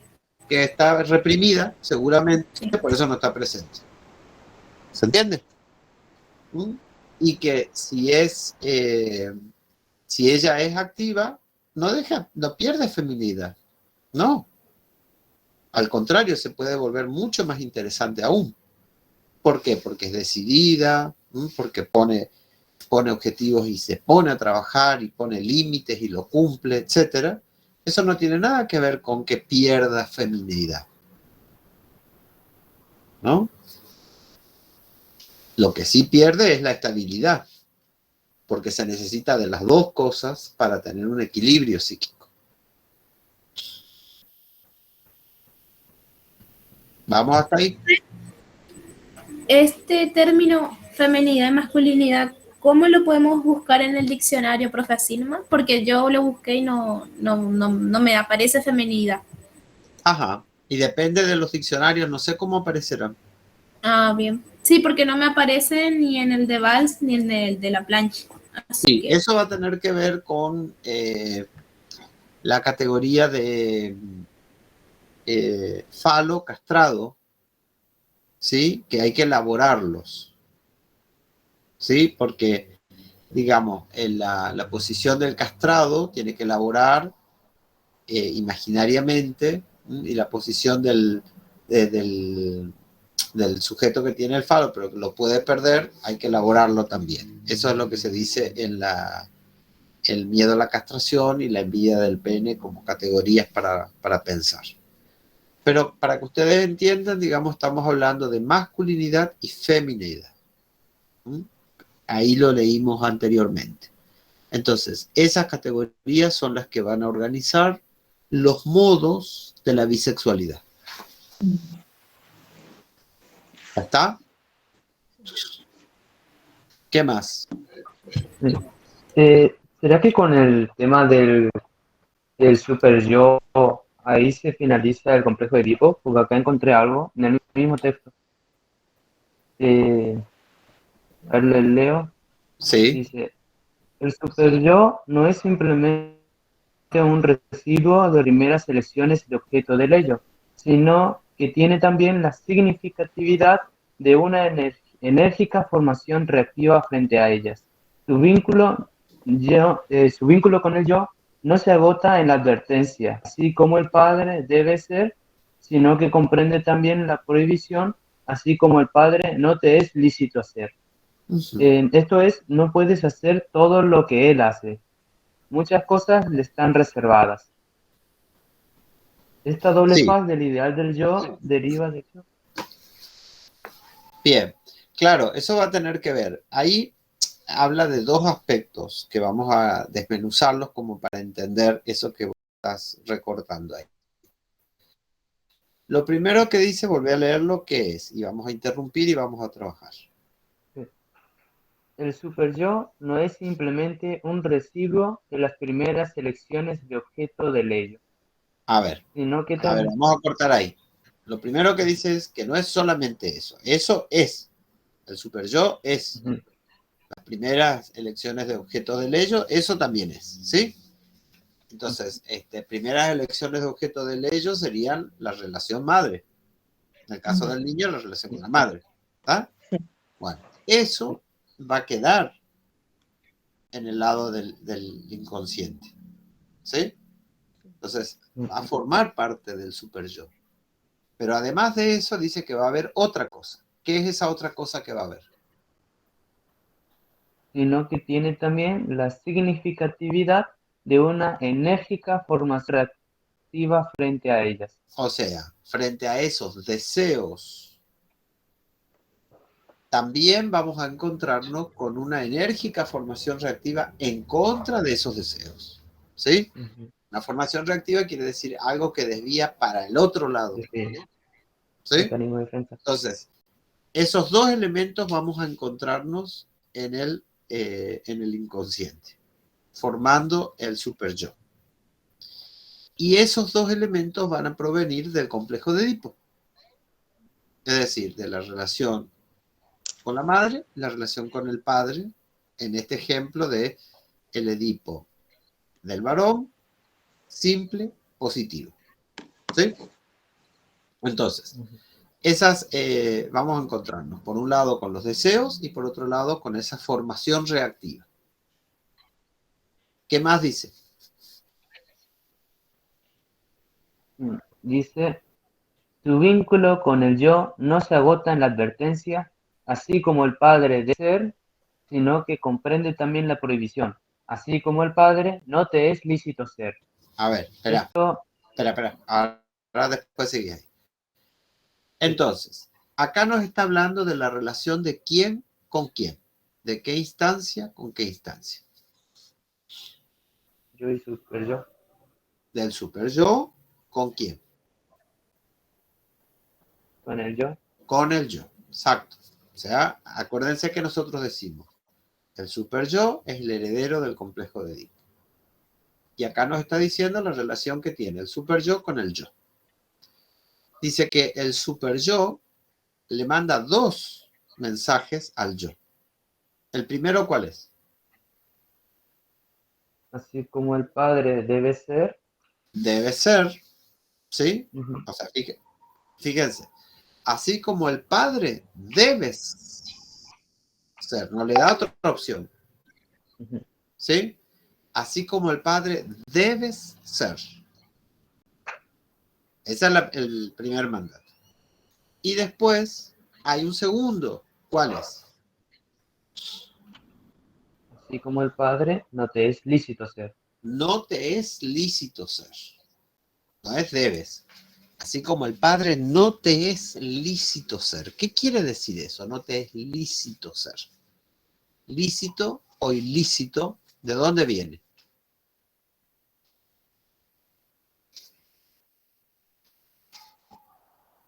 De lo que está bien y lo que está mal. Algo que es legal. Claro. No te dice que no lo hagas, sino que no está bien que lo hagas. ¿Sí? Es diferente del otro. El otro dice, así como el padre debes ser. No te da opción. No te da ninguna opción. Sino que te dice, bueno, así debe ser. Y la segunda te dice, así como el padre no te es lícito ser. Que no está queriendo decir que no lo debes hacer. No te está prohibiendo que lo seas, sino que te está diciendo, ojo con lo que hacer. Lo podés hacer, pero te tenés que hacer cargo. Te tenés que hacer cargo de las consecuencias. O sea, vos querés tener una mujer, fantástico, pero tenés que laburar. ¿Se entiende? No está diciendo está prohibido. ¿Se entiende la diferencia? En el primer caso dice, así como el padre debes ser. Fíjense el verbo que utiliza y el peso que tiene. Y ahí no tiene opción. Ahí no hay opción, porque ahí te dice debes ser. No hay alternativa. En cambio, en el segundo discurso, da opción. ¿Sí? No te es lícito ser. ¿Sí? Es decir, eso quiere decir, bueno, mira, vos podés hacerlo o no. No te está diciendo está prohibido, no. Te está diciendo, ojo, vos podés hacerlo o no. No te es lícito hacer, pero si vos querés lo podés hacer. A ver, te vas al kiosco y podés afanar. Sí, podés afanar, ¿por qué no? Hacete cargo. ¿Se entiende? Es decir, bueno, por ahí te pescan, por ahí no te pescan. Y si te pescan, te tenés que hacer cargo. Y ahí... Son como 2 opciones, profe, que te da. Sí, hay esta separación del distintas superyo. situaciones. Porque ahí con la segunda lo que te está trabajando es con la autonomía. En la primera no tenés autonomía, porque con la primera te dice debes ser así, no te queda otra opción. En cambio con la segunda sí. Con la segunda te dice y elegí. Elegí. Sos grande, ya tenés tu propia capacidad para pensar, para evaluar. Elegí. ¿Se entiende? Profe, Sí. ahí estaría haciendo la separación entre lo que es el superyo y el ideal del yo, ¿o no? Claro. Sí. Sí. Ahí se trabaja eso perfectamente, ¿sí? Sí. Porque acá lo que nos aparece es la autonomía. Acuérdense que esto permite la salida a la exogamia, ¿sí? Por ejemplo, ¿y por qué vas a hacer lo mismo que hacen todos? O sea, por supuesto que vos podés hacer lo que hacen los chicos, pero vos tenés que pensar, ¿por qué vas a hacer? Y porque son mis amigos, pero ¿y qué tiene que ver que sean tus amigos? Vos tenés que pensar por vos mismo. ¿Se entiende? Es decir, aparece todo ese interesantísimo espacio para trabajar la autonomía. ¿Por qué si todos hacen eso, vos también vas a tener que hacer? Está bien que vos lo querés, pero una cosa es querer a alguien y otra cosa es que vos no tengas límite y haga todo lo que hagan los demás. ¿Se entiende? Entonces, fíjense qué interesante para comparar, por un lado, lo que nos dice en la primera formulación, así como el padre debe ser, y en la segunda dice, así como el padre no te es lícito ser. ¿Sí? Eso quiere decir, lo podés hacer si querés o no, vos te tenés que hacer cargo de las consecuencias. Pero vos sabés cuáles son las diferencias entre lo que es legal y lo que no lo es. En el otro caso es directamente debes ser. Ahí no hay opción. Ahí es sí o sí tenés que hacer eso. ¿Se entiende esas dos formulaciones? Sí. Y esas son las formas con las cuales el super yo maneja o intenta manejar al yo. ¿Mm? Entonces, por eso el sentimiento de culpa. Y bueno, vos sabías en qué te metías. ¿Sí? Se está trabajando sobre la segunda formulación. No te es lícito ser. ¿Mm? ¿Y para qué dijiste que sí si no podías? ¿Se entiende? Entonces, ¿ahí qué te está diciendo? Bueno, vos ya sabías. Vos solita te metiste o solito te metiste ahí. ¿Para qué? Yo no te voy a decir nada, pero bueno, vos lo hiciste. Y así se trabaja con el sentimiento de culpa. ¿Mm? Vos sos libre de hacerlo. Te tenés que bancar. Si te sale bien, fantástico. Y si te sale mal, no venga a llorar, no venga a echarme la culpa, porque vos ya sabés. ¿Se entiende? Entonces, bueno, ok, te salió mal. Sí, yo entiendo que te haya salido mal, perfecto. Yo te puedo consolar si se quiere, pero no me venga a echar la culpa a mí. ¿Se entiende? Eso es lo que nos está diciendo este doble trabajo que estamos viendo ahí. Que es muy importante que lo entendamos. ¿Mm? Porque una cosa es que, bueno, me salió mal, como a todos nos puede salir algo mal, ¿sí? Y yo busco el consuelo de mis figuras significativas, padre, madre, lo que fuere. Y otra cosa es que yo le eche la culpa. ¿Mm? Ahí me van a sacar como rata por tirante porque me van a decir, no. O sea, yo no te obligué.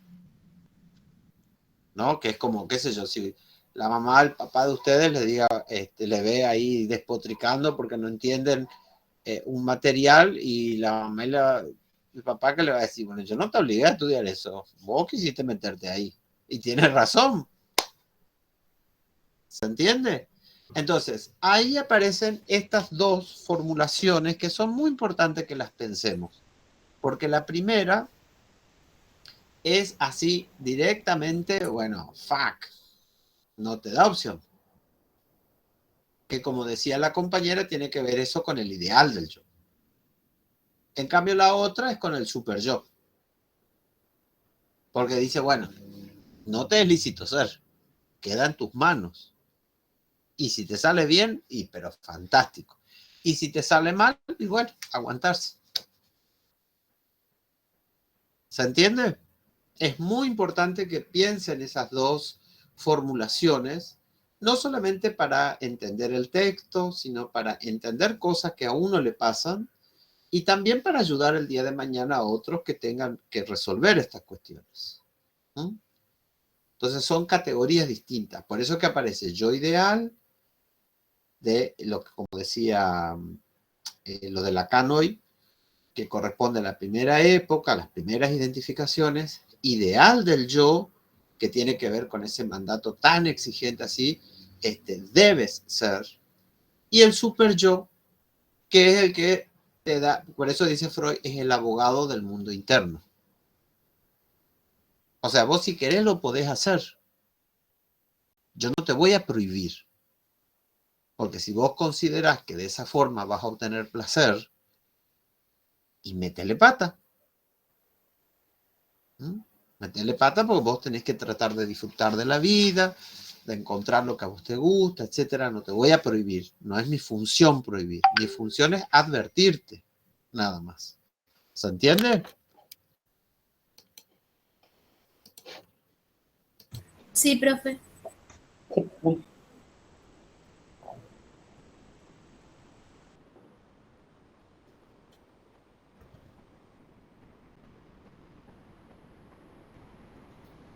Bien.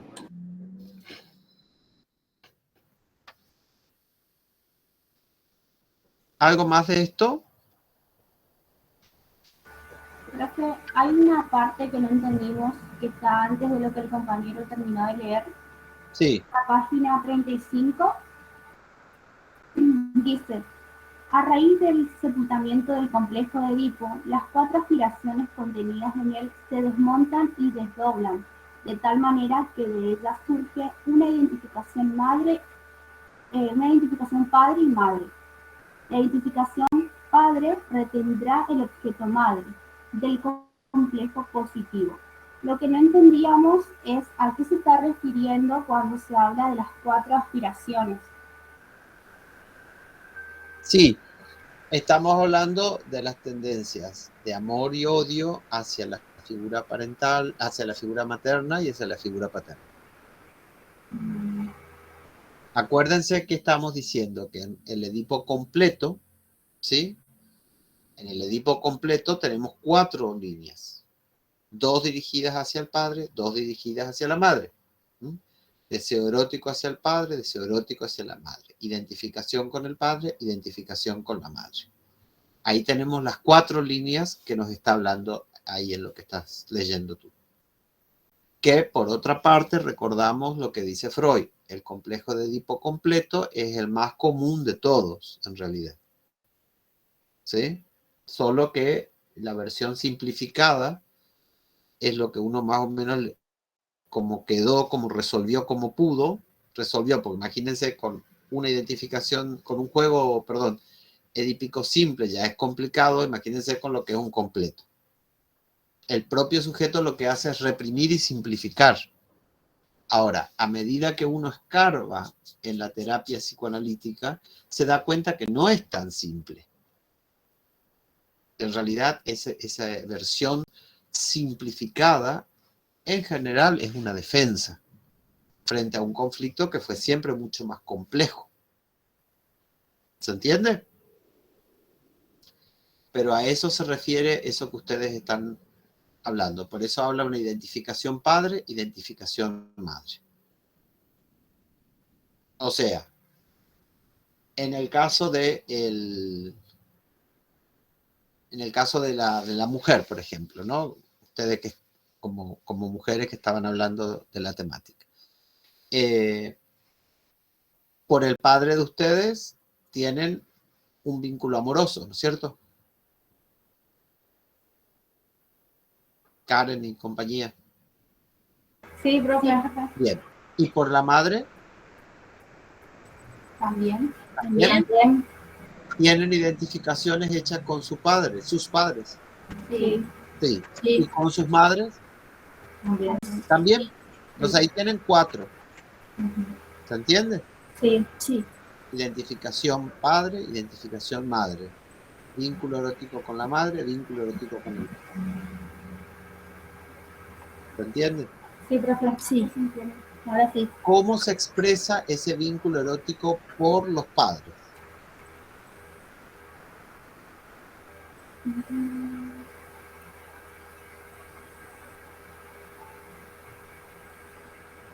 ¿Cómo se expresa? Y el amor, profe, que uno le tiene. ¿Cómo se expresa?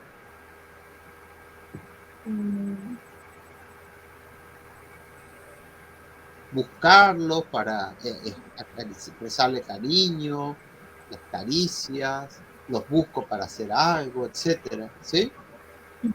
Así se expresa. ¿Sí? En el vínculo sería, profe. Claro, se expresa en el vínculo, pero concretamente siempre hay que pensar, ¿no? Es decir, ¿cómo? Y bueno, cuando me voy a buscarle a mi mamá o me voy a buscarle a mi papá, quiero estar con ellos. Cuando le doy un regalo. O le doy un beso, lo abrazo, etcétera. Ahí se expresa el vínculo erótico. Ajá. Y el vínculo de identificación en las cosas que hago similares a mi papá, a mi mamá. ¿Sí? Sí. Bien. Se pueden encontrar ustedes que de golpe, qué extraño este novio o marido que me tocó, que con su papá es seco. ¿Serio? ¿Qué decimos ahí del vínculo erótico de ese hombre con su padre? Porque está débil. No, no está débil. Que lo reprimió, profe. Reprimido. Ah, Está reprimido. ¿Sí? Está reprimido. Ahí estamos hablando seguramente que hay una versión simplificada del complejo de Edipo. ¿Mm? Pero que en realidad es complejo. Así como al hombre a ese hombre que es así poco expresivo con su padre, le resulta extraño, raro, cuestionador, un amigo que es sumamente expresivo con su padre. No dice nada, por supuesto, porque van a pensar que está loco y que hay que llevarlo al psicoanalista, pero en realidad le pasa eso, ¿no es cierto? Se pregunta, ¿y cómo? ¿Por qué este es así? ¿Por qué yo no? ¿Qué será? ¿Qué pasa acá? ¿Qué sé yo? Y el otro, lo más natural, se va y le abraza a su papá, le da un beso o lo busca para... O sea, lo mismo que uno hace con cualquier vínculo erótico. ¿Se entiende? Sí. Eso es lo que está pasando. Bueno, hemos hecho bastante recorrido. Vamos a recordar rápidamente que comenzamos la secuencia por el Edipo estructural de Lacan, donde hablamos primer tiempo y segundo tiempo. Marcamos que en el primer tiempo la categoría ser es la que organiza toda la existencia, y en el segundo tiempo el tener. Dijimos que siempre había una relación de dos más un tercer elemento que es el falo. El tema es dónde se deposita el falo, lo que va a marcar las diferencias entre primer, segundo y tercer tiempo en el Edipo lacaniano. Pero que siempre es una relación de dos con un tercer elemento que es el falo. Dijimos también que el falo es el representante de una falta que es propia de los seres humanos. ¿Y esa falta qué es? El inconsciente. No tenemos plenitud de nuestro aparato psíquico. O sea, la falta la tenemos todos. No es un problema de si sos varón o sos mujer, va a decir Lacan, como sería en el planteo freudiano por ahí de la falta de pene o no, sino que va a decir, bueno, todos tenemos problemas con la falta. ¿Por qué? Y porque todos tenemos un inconsciente, o sea que no tenemos la capacidad de recorrer plenamente nuestro aparato psíquico. Por lo tanto, siempre va a haber una falta.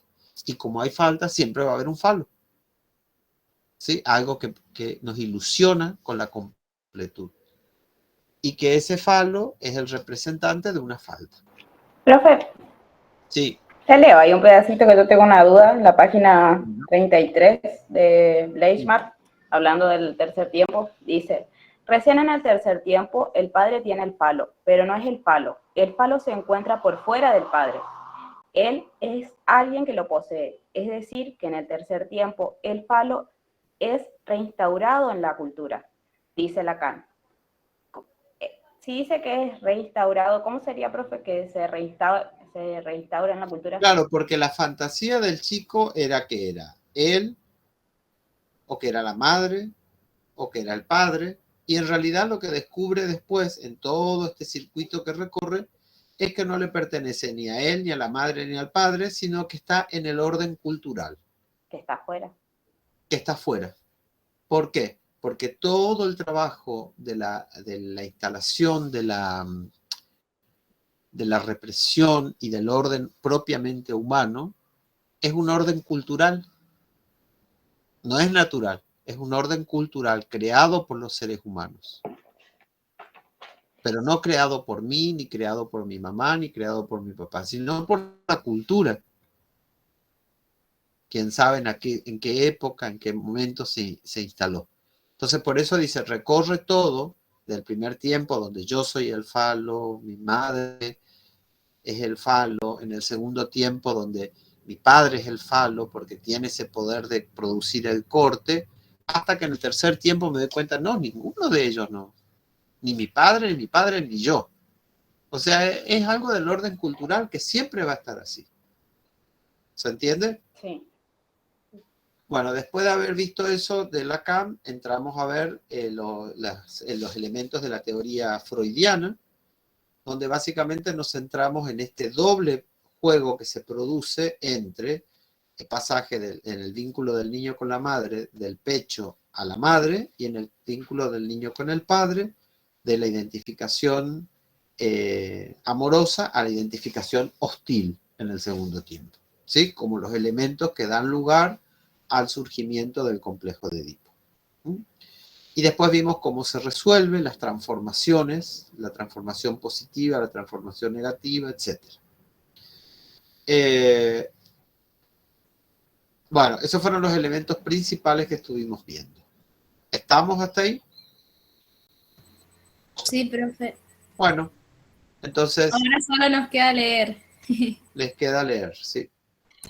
O estudiar. Profe, ¿cómo es el tema del parcial y del final? ¿Cómo hacer este parcial?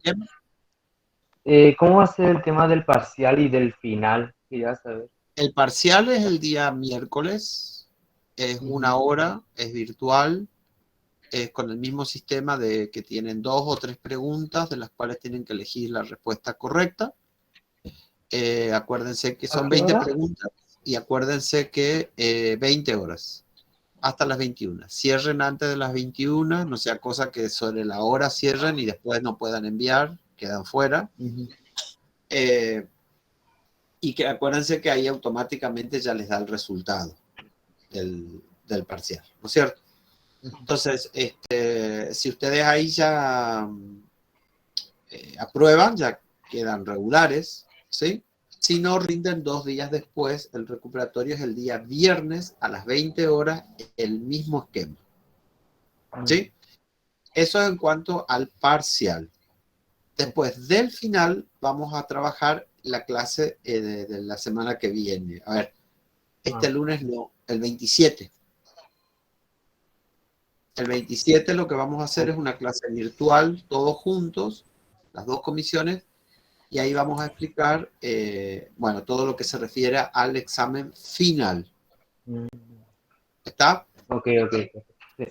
Bueno, nos vemos entonces el día lunes a la tarde. Nos vemos, profe. Hasta luego, profe. Cuídense, Muchas gracias. acuérdense de sus padres y de sus prohibiciones y mandatos. Gracias. Chao, chao. Vale, profe, feliz día.